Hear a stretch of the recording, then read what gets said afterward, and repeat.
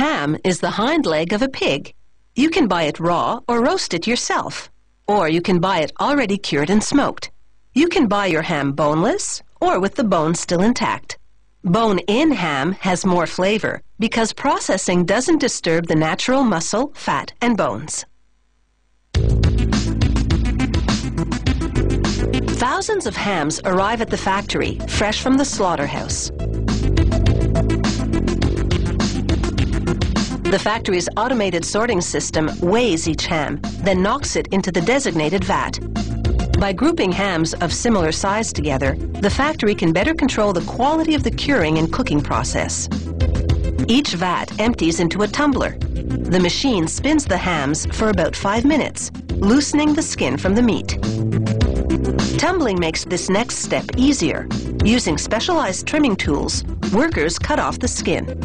They use an automatic trimming machine to skin the back portion, called the butt. In keeping with traditional style, the machine leaves just a small amount of skin on the thin part of the leg, called the shank. Now the circular wizard knife does its magic. They run it across the butt to remove all but a centimeter of fat. Finally, they chop off the base of the almost meatless shank, called the hock.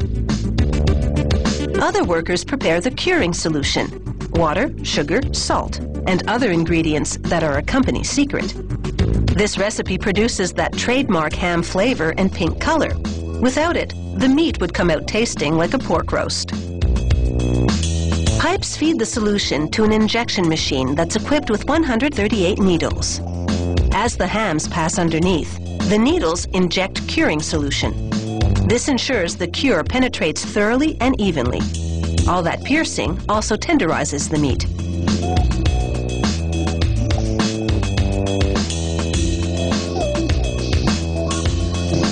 Next, workers load a machine called the stuffing horn.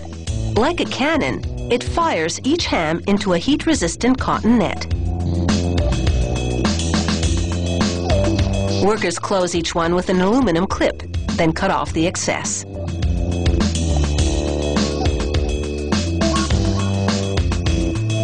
Cooking hams on trays would flatten the underside, so workers hang them by the nets to keep them nice and round.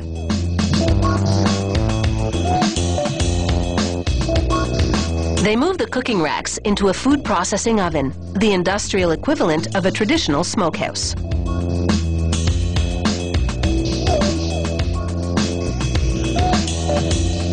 They pour hickory wood chips into the oven's smoker and start her up.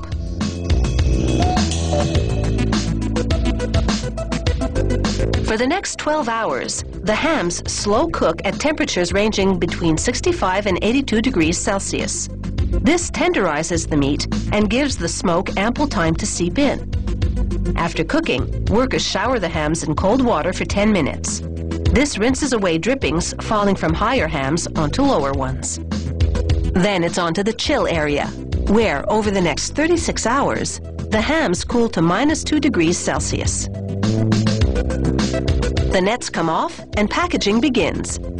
The factory sells hams whole or, using a bandsaw, slices them into halves or smaller sizes, such as single-portion ham steaks.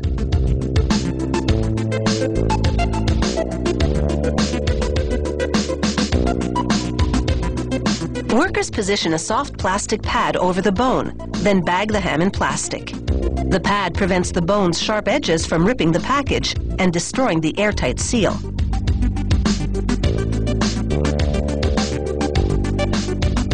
They position each bag for vacuum sealing. From there, it's all automated. A vacuum chamber descends over each bag, sucking out the air and sealing the plastic.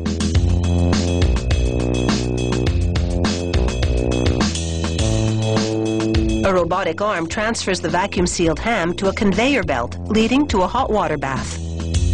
Each bag spends a mere 5 seconds in hot water, but that's enough to shrink the plastic tightly around the ham.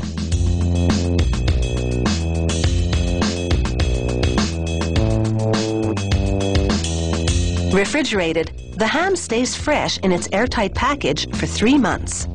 Store it in your freezer, and you can ham it up for 6 months more.